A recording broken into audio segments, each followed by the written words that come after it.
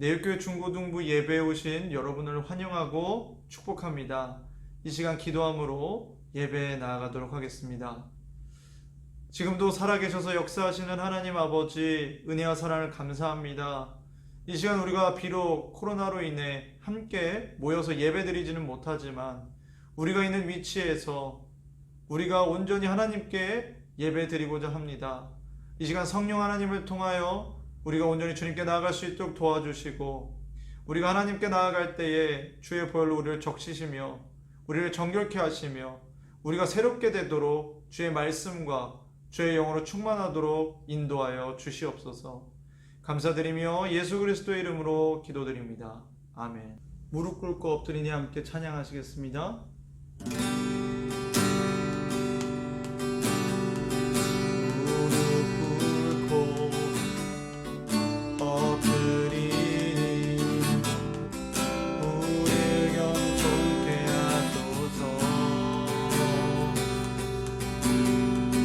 악한 데서 눈을 돌려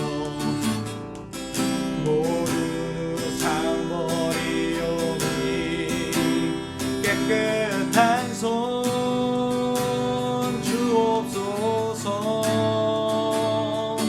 주님만 높여드리기 원해. 정결한 맘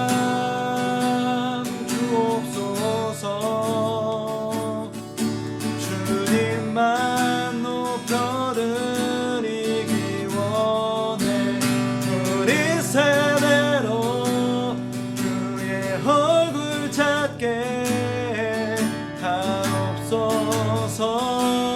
오 야곱의 하나님, 우리 세대로 주의 얼굴 찾게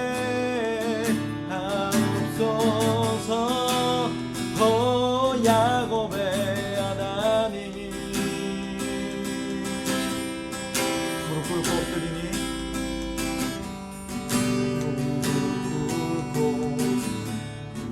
엎드리니 우릴 겸손케 하소서.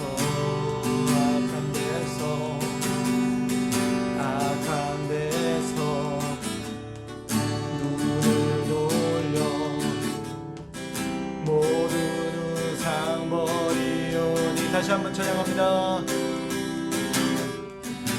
무릎 꿇고 엎드리니 우릴 겸손케 하소서. 악한 데서 눈을 돌려 모든 우상 버리오니 깨끗한 손 주옵소서. 주님만 높여드리기 원해. 정결한 맘 주옵소서.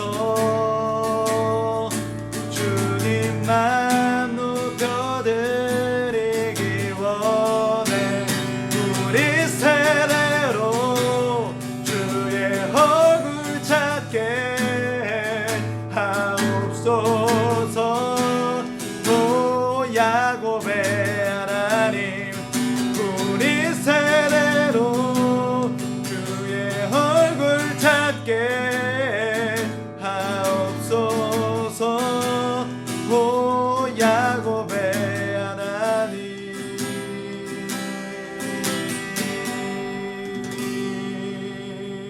아니하실지라도 우리 박수치며 함께 찬양하겠습니다.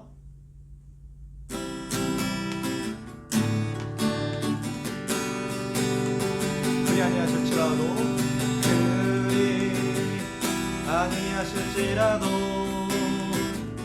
감사해요. 주님 뜻을 믿기 때문이죠.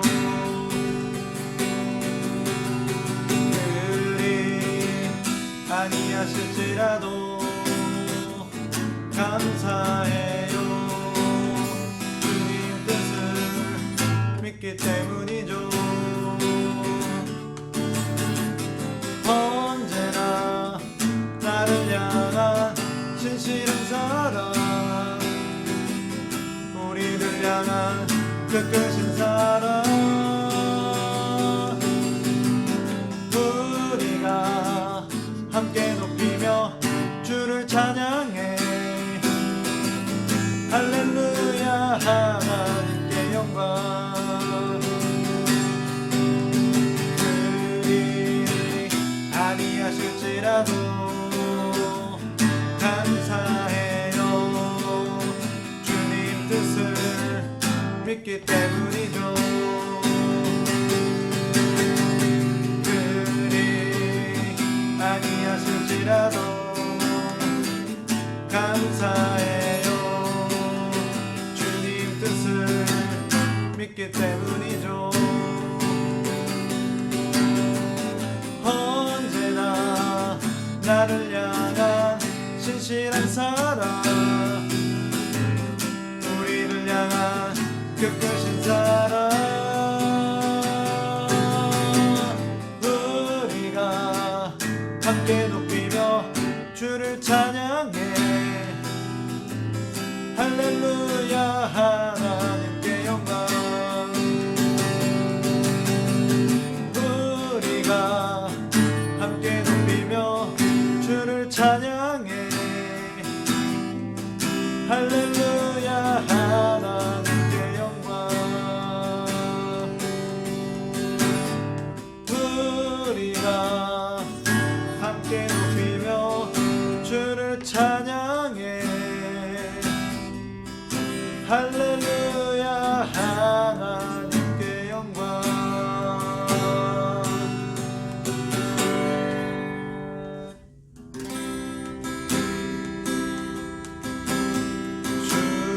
주와 함께 못 박히는 이젠 더 이상 내 삶 아니요. 오직 내 안에 살아계신 예수 위에 사는 것이라. 나 이제 육체 가운데 살아야 할 이유 있네.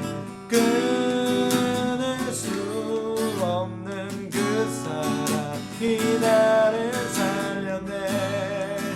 갈보리의 그 사랑, 내 안에 오직 예수, 내 자랑 오직 예수.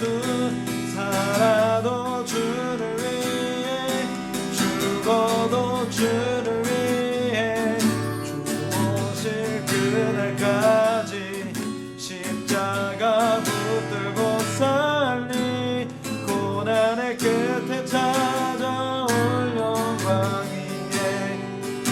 한 번 더 찬양합니다. 주와 함께 못 박히는 이젠 더 이상 내 삶 아니요. 오직 내 안에 살아계신 예수 위에 사는 것이라. 주와 함께 못 박히는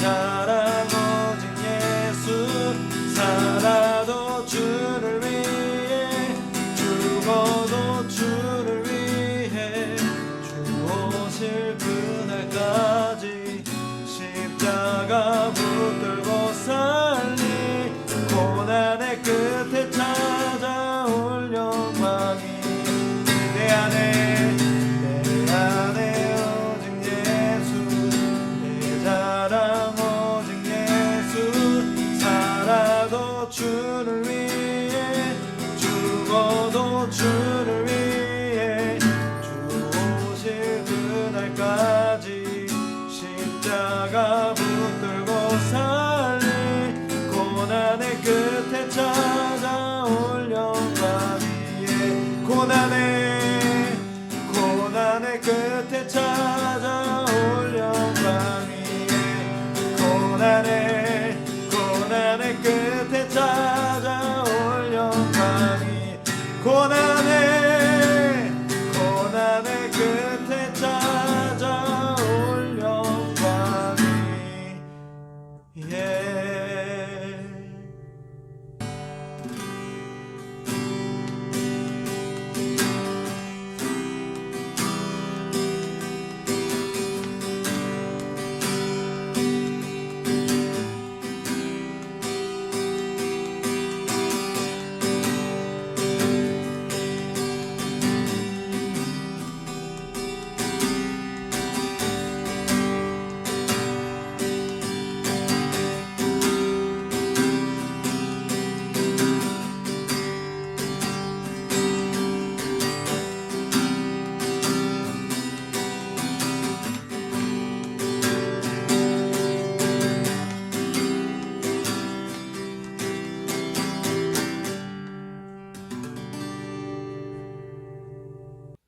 사랑이 많으신 하나님 아버지, 은혜와 사랑에 감사드립니다. 한 주간도 코로나19 가운데 지켜주시고 예배의 자리에 인도하심에 감사드립니다. 비록 비대면 영상 예배를 통하여 예배드리지만 함께 하시는 하나님께 신령과 진정으로 예배드리게 하옵소서. 코로나19로 어지러운 이 현실에 낙심하고 세상을 탓하기보다 먼저 우리 자신의 모습들을 말씀에 비추어 회개하며 하나님을 전적으로 의지하는 삶으로 살게 하옵소서. 세상이 감당하지 못할 능력과 힘 주시고 성령 충만함으로 승리할 수 있게 하옵소서. 또한 가정과 학업 가운데 예배드림에 방해되는 상황과 여건들 다 제하여 주시고 나를 통하여 먼저 가정과 이웃과 친구들에게 복음이 전하여지게 하옵소서. 우리는 하나님의 뜻을 잘 모르오나 임마누엘의 하나님 함께 하심에 믿음으로 전진하며 이 상황을 잘 극복해 나가는 저희들 되게 하옵소서. 마음과 육신의 아픔으로 고생하고 있는 환우들에게 주님의 위로와 치유가 있게 하옵시며 영적으로 깨어 기도하는 우리가 되게 하옵소서. 중고등부를 섬기는 전도사님에게 영육간의 강건함과 성령의 충만함으로 날마다 기름 부어주시고 전하는 말씀 가운데 내 자신이 변화되는 놀라운 기적이 나타나게 하옵소서. 저희의 찬양과 영광을 받아주시며 오직 길이요 진리이신 예수님 이름으로 기도드립니다. 아멘. 오늘 함께 볼 하나님의 말씀은 디모데후서 3장 14절에서 17절 말씀입니다. 디모데후서 3장 14절에서 17절 말씀 저와 여러분 교독하겠습니다. 그러나 너는 배우고 확신한 일에 거하라. 너는 내가 누구에게서 배운 것을 알며 또 어려서부터 성경을 알았나니 성경은 능히 너로 하여금 그리스도 예수 안에 있는 믿음으로 말미암아 구원에 이르는 지혜가 있게 하느니라. 모든 성경은 하나님의 감동으로 된 것으로 교훈과 책망과 바르게 함과 의로 교육하기에 유익하니 이는 하나님의 사람으로 온전하게 하며 모든 선한 일을 행할 능력을 갖추게 하려 함이라. 아멘. 기도하겠습니다. 지금도 살아 역사하시는 하나님 아버지, 은혜와 사랑을 감사합니다.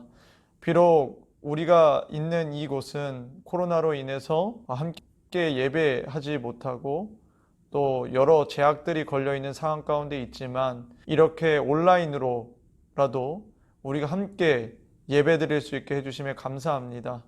하나님, 이 상황 가운데에서도 우리가 있는 위치에서 하나님을 바라보고 온전히 예배하며 하나님께서 주시는 말씀을 우리가 온전히 마음에 새기고 살아갈 수 있도록 이 시간 성령님 함께하여 주시옵소서.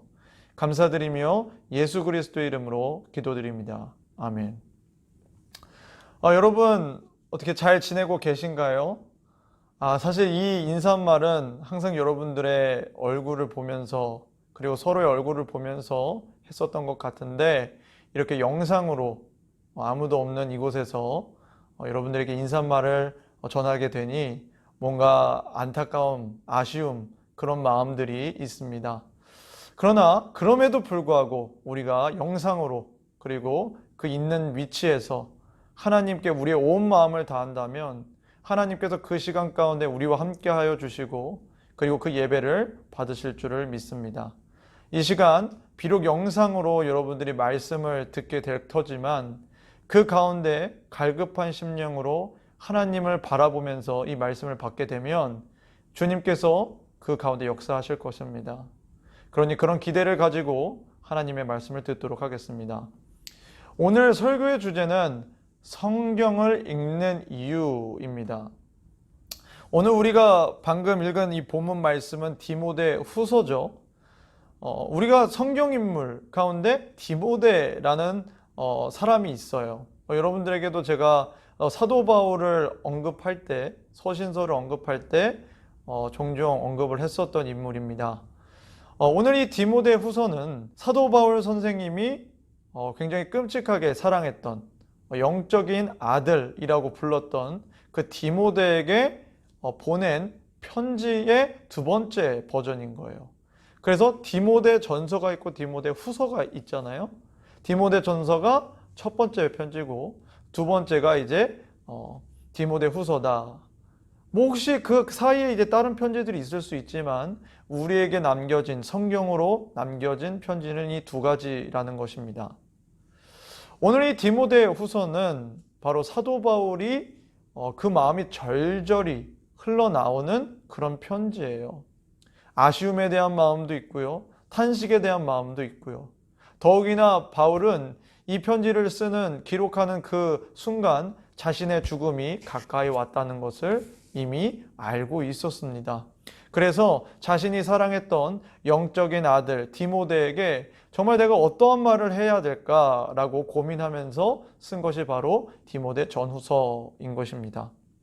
그렇다면 사도 바울이 그 노사도가 일평생을 살면서 자신의 사랑하는 그 제자이며 영적인 아들에게 주는 이 편지의 내용은 굉장히 중요하다고 할 수가 있겠죠. 오늘 어떤 말씀을 우리에게 주고 있는지 한번 살펴보겠습니다. 먼저 우리 14절을 한번 읽어보도록 할게요. 시작! 그러나 너는 배우고 확신한 일에 거하라.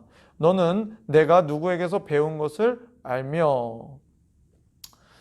사도 바울이 지금 디모데에게 이야기하는 것은 바로 디모데야, 너가 배웠던 것, 확신한 것, 확실히 했던 것들, 그것에 여전히 남아 있어야 한다. 너가 예전에 배웠던 거, 확신했던 거, 그것을 여전히 지켜야 한다라고 이야기하는 거예요. 그러면 우리는 질문을 할 수가 있겠죠? 디모데가 배웠던 게 뭐예요? 그게 뭐죠? 이렇게 질문할 수가 있겠죠. 여기서 배우고 확신한 일은 예수 그리스도의 복음과 하나님의 말씀, 즉 성경을 의미하고 있는 거예요. 바울은 이 디모데 후서에서 성경, 하나님의 말씀을 지키라고 디모데에게 여러 번 부탁을 합니다. 디모데후서 1장 13절에서 14절을 말씀을 보면 너는 그리스도 예수 안에 있는 믿음과 사랑으로서 내게 들은 바 바른 말을 본받아 지키고 우리 안에 거하시는 성령으로 말미암아 너에게 부탁한 아름다운 것을 지키라. 이렇게 말씀을 했어요. 여기서 바울이 말씀한 내게 들은 바, 바울이 디모데에게 전한 바른 말, 그리고 바울이 디모데에게 부탁한 아름다운 말은 같은 의미예요. 그리고 이 말들은 결국 14절에 배우고 확신한 일과 같은 의미가 됩니다. 그러니까 이 배우고 확신한 일들에 대해서 얼마나 사도 바울 선생님이 디모데에게 강조하는지를 우리가 알 수가 있는 거죠. 뿐만이 아닙니다. 디모데에게 가르친 하나님의 말씀을 디모데 너만 갖고 있지 말고 너 주변에 성실하고 충성스러운 사람들에게 나누고 그 사람들이 또 너처럼 내가 너에게 전해준 것처럼 또 가르치고 나누게 해야 한다라고 말씀하고 있습니다. 바울은 끊임없이 디모데에게 하나님의 말씀을 가르치고 그것을 지킬 것을 권면했던 거죠. 그런데요, 이 디모데는 우리가 항상 바울과 디모데를 같이 얘기할 때 디모데의 영적인 아들 이렇게만 보기 때문에 디모데가 굉장히 어리고 또 그리고 굉장히 신앙적으로 초보인가 라고 생각할 수가 있어요. 그런데 그렇지가 않습니다. 디모데는 기본적으로 한 지역을 맡고 있는 담임 목사님 같은 영적인 지도자였어요. 그렇기 때문에 어떻게 보면 이 하나님의 말씀을 지키라, 하나님의 말씀을 보고 하나님의 말씀을 가르쳐라라고 하는 이 말씀, 이 권면은 굉장히 기본적인 것으로 디모데에게 다가올 수 있었습니다. 그런데 그럼에도 불구하고 왜 바울이 그렇게 성경, 즉 하나님의 말씀에 대해서 강조했을까요? 그 이유는 성경에 유익이 있기 때문입니다. 첫째, 성경은 예수 그리스도를 알게 하고 믿게 함으로써 구원에 이르는 지혜가 있습니다. 성경은 66권입니다. 구약과 신약으로 나눠져 있고요. 이 구약에서 하나님께서 인간의 타락을 보시며 그 인간들을 구원하려고 하시는 그 계획을 세우시고 그 계획을 진행해 가시고 그 가운데 이스라엘 백성들과 하나님과의 관계, 그리고 선지자들을 통해서 예언하시는 것들, 그리고 율법과 제사제도, 이 모든 것들이 바로 예수 그리스도를 향하고 있습니다. 이 모든 것들이 그림자와 같다라고 성경은 이야기해요. 왜요? 그것들은 다 결국 예수님께 도달해야만 완전해지기 때문이죠. 신약에 와서는 복음서가 있습니다. 복음서는 어떤 거죠? 예수님께서 이 세상에 인간의 몸을 입고 오셨을 때 어떻게 사셨는가? 어떤 말씀을 하셨는가? 우리의 죽음의 문제, 우리의 죄의 문제를 위해서 예수님께서 어떤 일을 하셨는가를 기록하고 있는 것이 복음서이죠. 사도행전은 어떨까요? 사도행전은 예수님의 제자된 사람들이 예수 그리스도의 영의 이름을 가지신 성령을 받고 예수 그리스도처럼 살아가고 또 다른 예수 그리스도의 제자들을 만들어가는 교회, 전도, 선교의 역사를 써가는 것이 바로 사도행전입니다. 그리고 서신서들은 어떻죠? 예수님께서 가르치시고 예수님께서 보이신 그 삶의 모습, 이루신 그 역사들을 사도들이 계승해서 교회들에게 편지로 전달한 것이 바로 서신서입니다. 우리의 말씀, 이 성경 말씀의 마지막에 있는 요한계시록은 어떻죠? 바로 우리를 위해서 죽으시고 부활하신 그 예수님께서 이제는 하나님 나라 천국에 계셔서 하나님 아버지와 함께 보좌에 앉으셔서 세상을 심판하시고 이 세상을 통치하신다라는 그 영광스러운 말씀을 선포하는 것, 그것이 바로 요한계시록입니다. 어떻습니까, 여러분? 성경은 모두 예수 그리스도를 향하고 있어요. 그 내용이 다를 수 있어요. 하지만 그럼에도 불구하고 그 모든 것들이 향하고 있는 것은 바로 우리를 구원하신 예수 그리스도를 향한다는 사실입니다. 그렇기 때문에 성경을 읽는, 그리고 성경의 존재 이유 가운데 가장 중요한 것은 바로 예수 그리스도를 알고 그분을 믿어 구원에 이르는 것입니다. 그러면 우리는 또 이렇게 질문을 해볼 수 있을 것 같아요. 아니, 전도사님, 아까 전도사님이 말씀하셨잖아요. 디모데는 영적 지도자라면서요. 그러면 전도사님처럼 말씀도 가르치고 성도님들도 양육하고 그 인도하는 목자 같은 분 아니에요? 네, 맞아요. 근데 바울이 이렇게 이야기한 이유가 있습니다. 디모데후서를 보면요, 곳곳에 안타까운 소식이 있어요. 디모데후서 1장 15절을 보게 되면요, 이런 말이 있습니다. 아시아에 있는 모든 사람이 나를 버린 이 일을 너가 안 하니 그 중에는 부겔로와 허모게네도 있느니라. 무슨 말이죠? 바울과 함께 동역했었던 동지였던 사람들이 바울을 버리고 떠나갔다는 겁니다. 4장 10절은 더해요. 대만은 이 세상을 사랑하여 나를 버리고 데살로니가로 갔다. 이 사람들, 특별히 이름이 들어간 사람들은 디모데도 기억할 만한 함께 이 믿음의 신앙의 여정을 같이 했었던 동지들이었을 거예요. 근데 그들이 이제는 지금 같이 이 길을 걷지 않게 되었다라는 거예요. 부겔로와 허모게네를 비롯한 사람들은 어떤 이유로 바울을 떠났는지 정확히 나오지는 않아요. 하지만 그 주변의 문맥들을 살펴봤을 때 바울이 복음을 전파하는 것 때문에 박해를 받거든요. 야, 이 예수쟁이야. 너 예수 전하지 말라고 이렇게 박해하는 사람들 때문에 고초를 겪습니다. 근데 그것을 보고 이 사람들이 마음이 힘든 거예요. 우리도 저렇게 되는 거 아니야? 바울 맨날 박해만 당하고 맨날 막 욕만 먹고 우리도 그렇게 취급당하는 거 아니야? 그러면서 그것을 부끄럽게 여기고 바울을 떠났을 가능성이 큽니다. 데마 같은 경우는 그 이유가 분명해요. 그가 세상을 사랑했다. 이렇게 진술을 하고 있어요. 그들이 나중에 회개하고 돌이켰는지 우리는 알 수가 없습니다. 그런데 여기서 우리가 분명히 알 수 있는 것이 있다면 복음을 한번 받아들였다고 해서 그 복음이 저절로 내 안에서 완성되어 가는 것은 아니다라는 사실이에요. 이것이 우리가 그러면은 우리가 예수님을 믿더라도 그 구원을 이루는 것은 결국 내 몫이구나 라는 말이 아니에요. 하나님께서 택하신 자들에게 복음을 주시고 그 복음을 듣는 자를 일으켜 세우시고 인도에 가세요. 이것은 하나님의 분명한 일입니다. 하지만 하나님께서 그렇게 일하실 때, 하나님께서 우리의 인생을 이끌어 가실 때 우리가 그것을 거부하고 그리고 그 가운데 게으름을 피면 안 된다는 얘기입니다. 우리는 이 구원의 복음을 한 번 받고 나서 한 번 은혜 받고 한 번은 눈물 흘리고 한 번 수련해서 은혜 받고 나는 이제 티켓 따놨으니까 더 이상 안 봐도 돼가 아니에요. 날마다 예수님께서 나를 어떻게 구원해 주셨는가, 그 과정, 그 유익, 그래서 내가 지금 어떻게 살아가야 하는가, 이것들을 성경을 통해서 계속해서 리마인드를 기억을 해야 한다는 얘기입니다. 코로나 상황 가운데 신앙을 잃어가는 사람들이 보여요. 교회와 멀어지고 예배를 빠지다가 결국엔 신앙도 희미해져 버린 겁니다.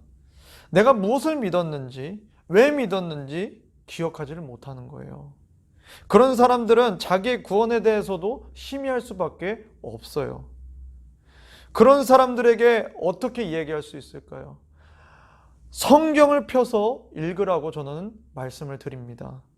그리스도께서 우리를 위해서 무슨 일을 하셨습니까?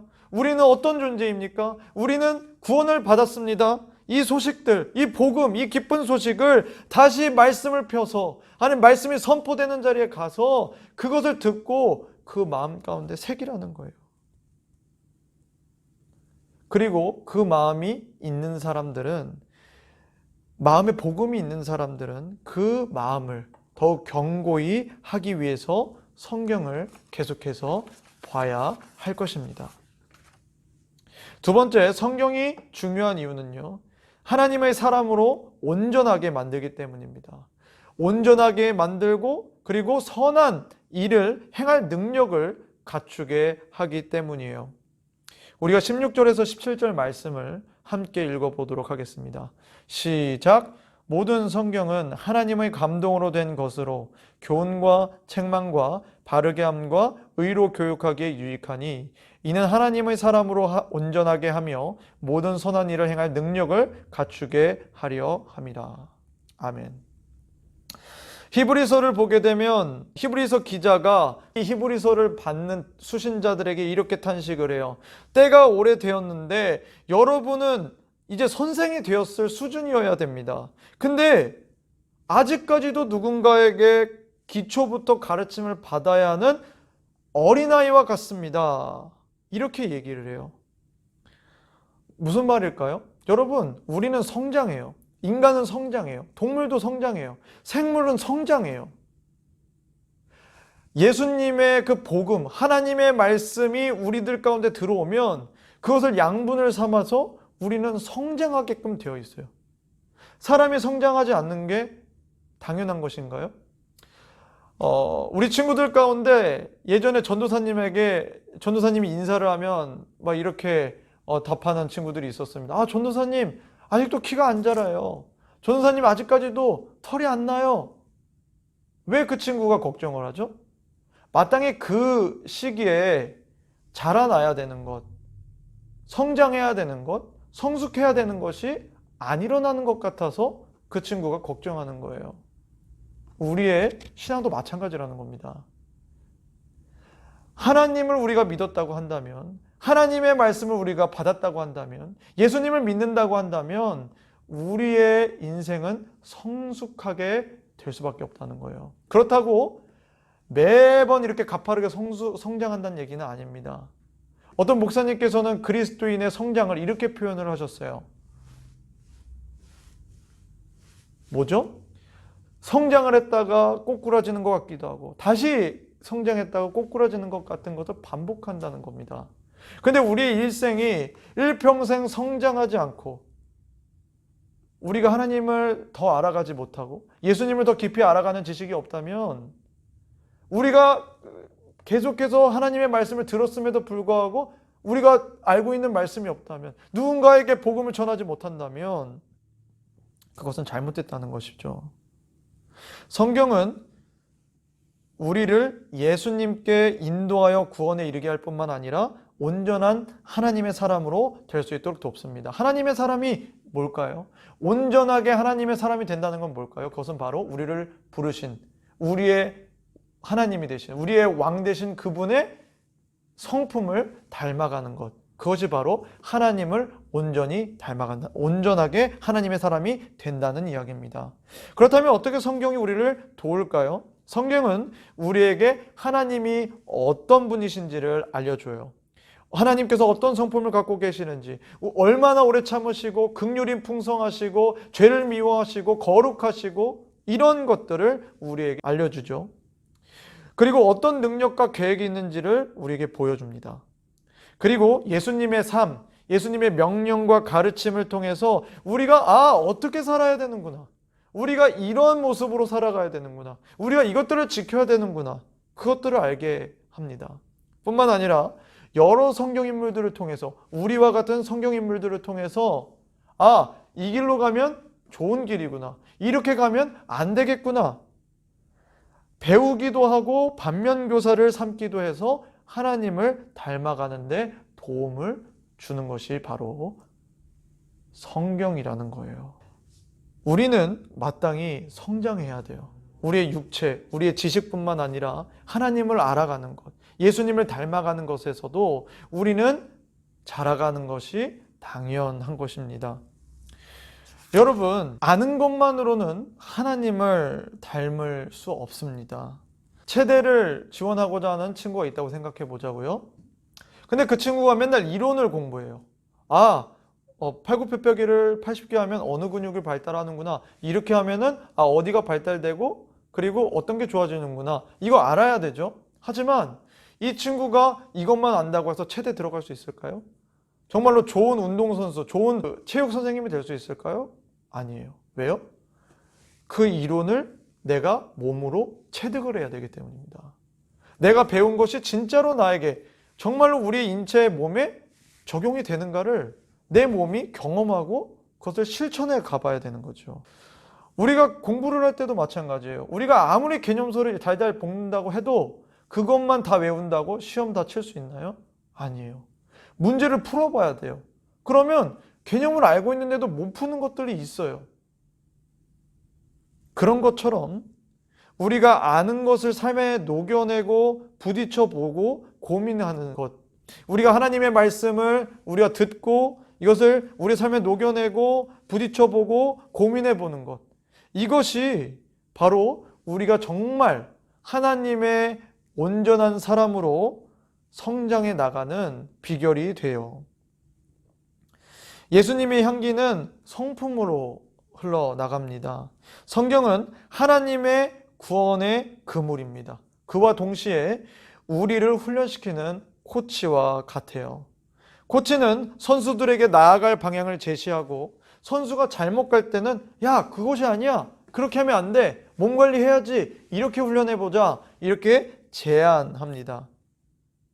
오늘 본문 3장 1절에서 5절을 보면 말세를 사는 사람들의 악한 모습 19가지가 나와요. 제가 여러 번 이 본문을 전할 때 언급을 했었습니다. 그런데 어느 때 이 말씀을 봐도 참 마음이 찔리고 정말 다시 나의 삶을 돌아봐야겠다라는 생각을 하게 돼요.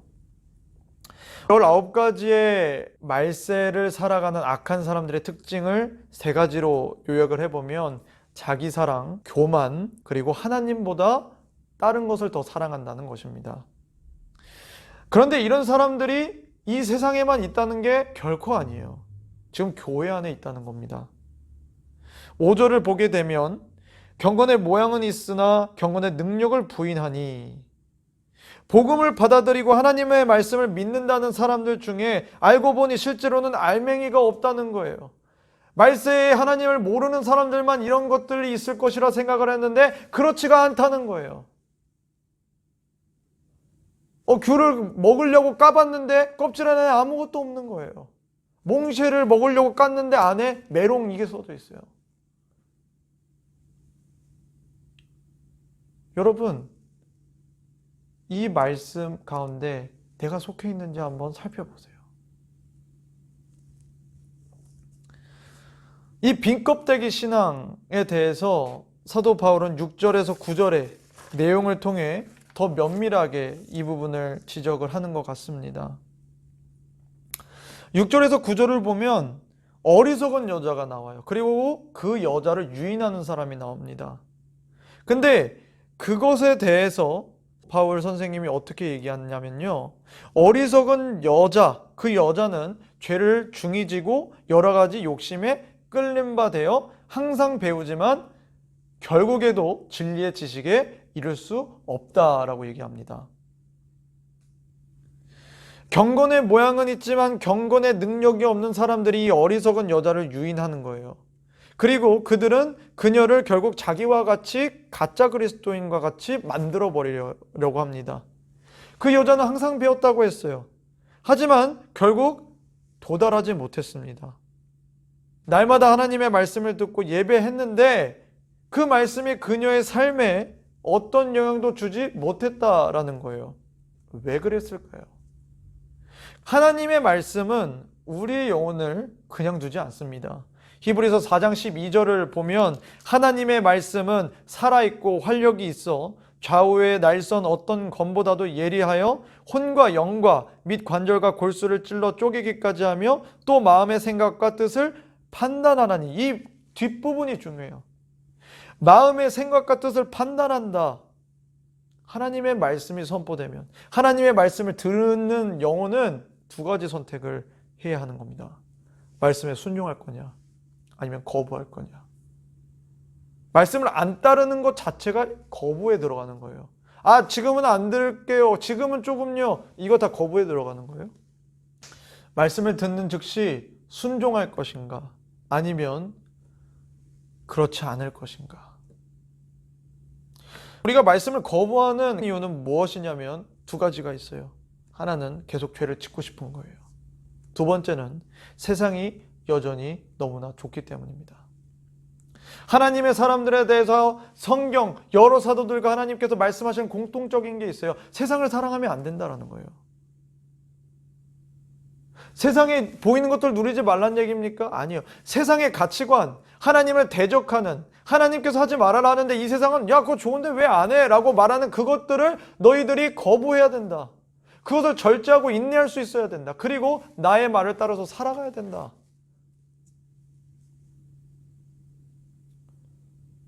여러 가지 욕심에 끌려 다녔다는 것은 하나님과 그분이 주시는 복보다 세상을 더 사랑했다는 것입니다. 하나님은 우리에게 아무것도 주지 않으시면서 우리가 좋은 것을 찾는 것을 막으시는 분이 아니에요. 하나님께 가장 좋은 것이 있습니다. 그것을 모른다면 아직 단지 경험을 하지 못한 것뿐이에요. 그리고 그 복을 주시는 하나의 길은 바로 성경입니다. 성경은 우리를 지으시고 모든 것을 다스리시는 그 하나님을 알게 하고 그 하나님과 함께 동행하고 그분에게 솟아나오는 기쁨을 누리게 합니다. 성경은 죽음에 대한 두려움, 죄책감, 절망적인 영혼의 구원과 소망을 주었습니다. 성경은 인생의 가치, 나는 도대체 왜 살아야 돼? 내 가치는 어디 있는 거냐? 라고 묻는 그 사람들에게 참된 인생의 가치를 깨닫게 했습니다. 수천 년 전부터 지금에 이르기까지 성경은 가장 많이 읽힌 책이며 가장 많은 영향을 끼친 책입니다. 사랑하는 여러분, 하나님 말씀을 읽고 계십니까? 읽지 않는다면 왜 읽지 않으세요? 성경 없이 우리는 하나님을 알 수가 없어요. 성경 없이 우리의 구원의 근원도 알 수 없어요. 성경 없이 내에 대한 진실한 대답도 얻을 수 없어요. 성경 없이 내가 그리스도인으로서 어떻게 살아가야 하는지, 내가 하나님처럼 이 세상에서 구별되고 거룩하고 그 가운데 하나님이 주시는 팔복을 누리면서 살아가는 그것을 알 수가 없어요. 우리는 하나님 말씀 없이 진실하고 정상적인 삶을, 성숙한 삶을, 온전하게 되는 삶을 살 수 없다는 겁니다.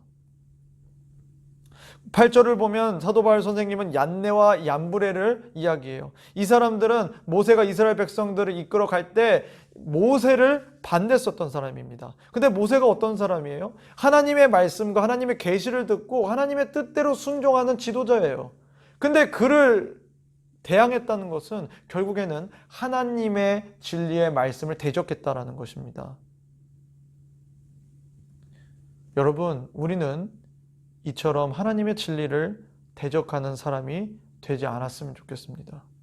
하나님의 말씀 없이 살지만 신앙 있는 척하는 어리석은 모습은 결국 다 드러날 거예요. 하나님 말씀 가운데 우리가 살았으면 좋겠어요. 바울은 하나님의 말씀을 대적하는 사람들을 소개하는 동시에 경건한 사람, 즉 하나님의 말씀을 따라 복음을 따라 일생을 살았던 한 인물을 소개합니다. 그 사람은 바로 자기 자신입니다. 10절에서 12절의 말씀을 보면 나의 교훈과 행실과 의향과 믿음과 오래 참음과 사랑과 인내와 박해를 받음과 고난과 또한 안디옥과 이고니온과 루스드라에서 당한 일과 어떠한 박해를 받은 것을 너가 과연 보고 알았거니와 주께서 이 모든 것 가운데서 나를 건지셨느니라. 사도 바울은 말하는 거예요. 내가 가르쳤던 거, 내가 실제로 살아왔던 거, 내가 마음에 항상 가 있었던 거, 내가 인내해왔던 이유, 오래 참았던 이유, 내가 믿었던 거, 내가 박해를 받았던 이유, 이 모든 것들은 바로 예수님의 복음, 하나님의 말씀을 향한 것이었다. 사도 바울의 삶은 예수 그리스도의 복음으로 공급받는, 하나님 안에서 체험받는 삶이었어요. 그렇기 때문에 그는 박해도 감수했었던 것입니다. 바울을 떠났던 사람들과 다르게 바울은 하나님의 말씀을 붙잡고 견뎌냈어요. 여러분, 이게 우리가 가야 되는 길이에요. 바울은 자신이 달려온 믿음의 경주에 결승점을 코앞에 두고 있다고 말해요. 내가 선한 싸움을 거의 다 마쳤다라고 얘기해요. 그는 디모데에게 마치 이렇게 말하는 것 같습니다. 디모데야, 내가 먼저 시작하고 결승점에 다다른 선배로서 이야기하는데 이 여정을 완주하기 위해 반드시 너가 배우고 확신했던 그 하나님의 말씀, 성경을 놓치지 않기를 바란다. 마라톤 선수가 그 경로를 이탈하면 아무리 빨리 결승점을 통과해도 실격인 것처럼 하나님의 말씀이라는 그 마라톤 경로를 이탈하지 말고 완주하길 바란다. 여러분, 세상은 더 악해질 겁니다. 교회와 성도들이 있을 자리는 더 좁아질 거예요. 그때 저와 여러분은 어떻게 하겠습니까? 말씀에 중심을 두지 않고 바울을 떠났던 그 사람들처럼 교회와 신앙을 버리고 예수님을 떠나서 구원의 길에 벗어나서 그렇게 끝날 것입니까? 그렇지 않겠다면, 나는 그렇게 살 수 없어요 라고 이야기한다면 여러분 이제 성경 피셔야 돼요. 성경을 읽어야 돼요. 성경을 깊이 생각해야 돼요. 묵상해야 돼요. 내가 이걸 어떻게 살아낼 수 있을까? 하나님, 제가 오늘 이 시간에도 성경을 봅니다. 성령님, 저에게 이 말씀을 깨닫도록 도와주십시오. 살아내도록 도와주십시오.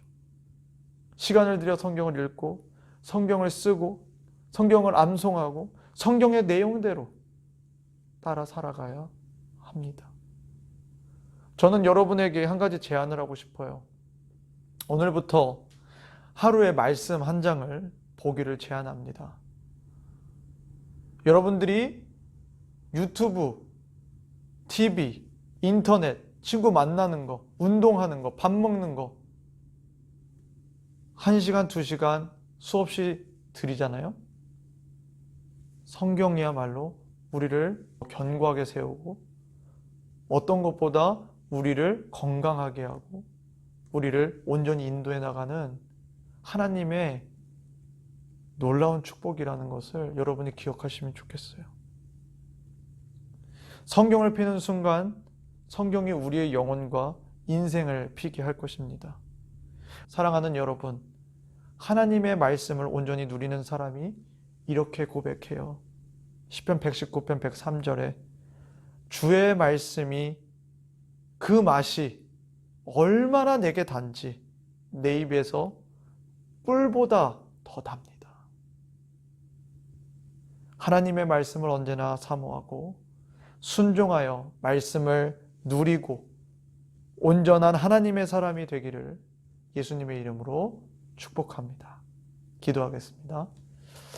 하나님 아버지, 은혜와 사랑에 항상 감사합니다. 우리같이 부족한 영혼들을 불러 모아주시고 우리를 택해 주셔서 우리가 쓰러지고 넘어지는 가운데서도 날마다 일으켜 주심에 감사합니다. 하나님, 우리가 하나님께서 우리에게 주신 이 정말 송이꿀과 같이 단 이 하나님의 말씀을 이제는 읽어내려고 하겠습니다. 묵상하겠습니다. 우리의 삶으로 살아내기 위해 애써 보겠습니다. 성령님의 도우심을 구하면서 나아가 보겠습니다. 주여, 이 시간 이 예배 함께하는 모든 주의 백성들 가운데 하나님의 말씀을 따라 살아갈 수 있는 용기와 갈망과 힘을 허락하여 주옵소서. 당신의 말씀으로 우리를 온전히 인도해 주시기를 간절히 빌고나오며 감사드리며 예수 그리스도의 이름으로 기도드립니다. 아멘. 대개인의 향유옥합 함께 찬양하시면서 하나님 앞에 예물 올려드리겠습니다.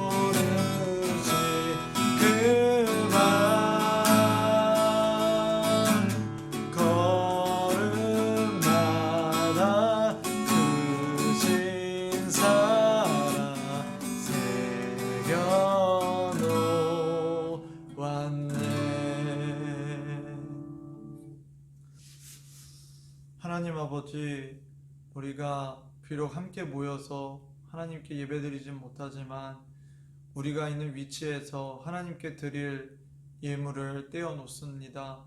하나님, 우리의 모든 것이 하나님께로 비롯되었고 우리가 지금도 이렇게 살아가고 우리가 지내는 모든 것이 하나님의 은혜임을 고백합니다. 하나님, 우리가 주님께 항상 감사하고 작은 것부터도 하나님께 감사하며 기뻐하며 또 나눌 수 있는 온전한 하나님의 백성이 될 수 있도록 인도하여 주시옵소서. 우리가 하나님의 말씀을 더욱더 사랑하고 그 말씀에 정말로 빠져들어서 정말로 송이꿀보다 단 그 하나님의 말씀을 온전히 누릴 수 있도록 인도하여 주십시오. 감사드리며 예수님의 이름으로 기도드립니다. 아멘. 광고 시간입니다. 말씀과 기도 그리고 사랑으로 서로 세우는 우리 중고등부가 항상 되기를 기도하고요. 또 여러분들도 그 마음을 항상 가지고 있었으면 좋겠습니다. 저희가 지금 계속 코로나 사태로 인해서 비대면 예배로 진행이 될 것 같고요. 그리고 그 시기가 언제인지는 아직은 미정입니다. 결정되는 대로 여러분들에게 또 말씀을 드리고 그 가운데 우리가 또 함께 모여서 예배 드릴 수 있으면 좋겠고요. 지금 가장 바쁜 친구들이 있어요. 이 시간에도 정말 어떻게 보면 가장 힘들 친구들이 있는데 그 친구들이 바로 우리 고3 언니 누나들입니다. 희정이, 하경이, 혜린이 지금 이제 또 수시 기간인데 우리 세 친구들을 위해서 꼭 있는 자리에서 기도해 주시고 또 우리 중고등부와 또 우리 내육교회 그리고 또 코로나로 인해서 지금 힘들어하는 사람들 그리고 성도들 우리 교회를 위해서 선생님들 위해서 그리고 저를 위해서 우리가 서로 있는 자리에서 기도했으면 좋겠습니다. 여러분 다시 볼 날까지 항상 건강했으면 좋겠고 계속해서 우리가 이렇게 비대면 예배지만 함께 그리스도의 몸된 교회를 온전히 세워나갔으면 좋겠습니다. 그러면 주기도문하고 오늘의 예배를 마무리하겠습니다. 하늘에 계신 우리 아버지여, 이름이 거룩히 여김을 받으시오며 나라의 임하옵시며 뜻이 하늘에서 이루어진 것 같이 땅에서도 이루어지리이다. 오늘날 우리에게 일용할 양식을 주시옵고 우리가 우리에게 죄진 자를 사하여 준 것 같이 우리의 죄를 사하여 주시옵고 우리를 시험에 들게 하지 마시옵고 다만 악에서 구하옵소서. 대개 나라와 권세와 영광이 아버지께 영원히 있사옵나이다. 아멘. 여러분 한 주간 말씀을 통해서 승리하시는 한 주가 되기를 응원하고 기도합니다. 화이팅!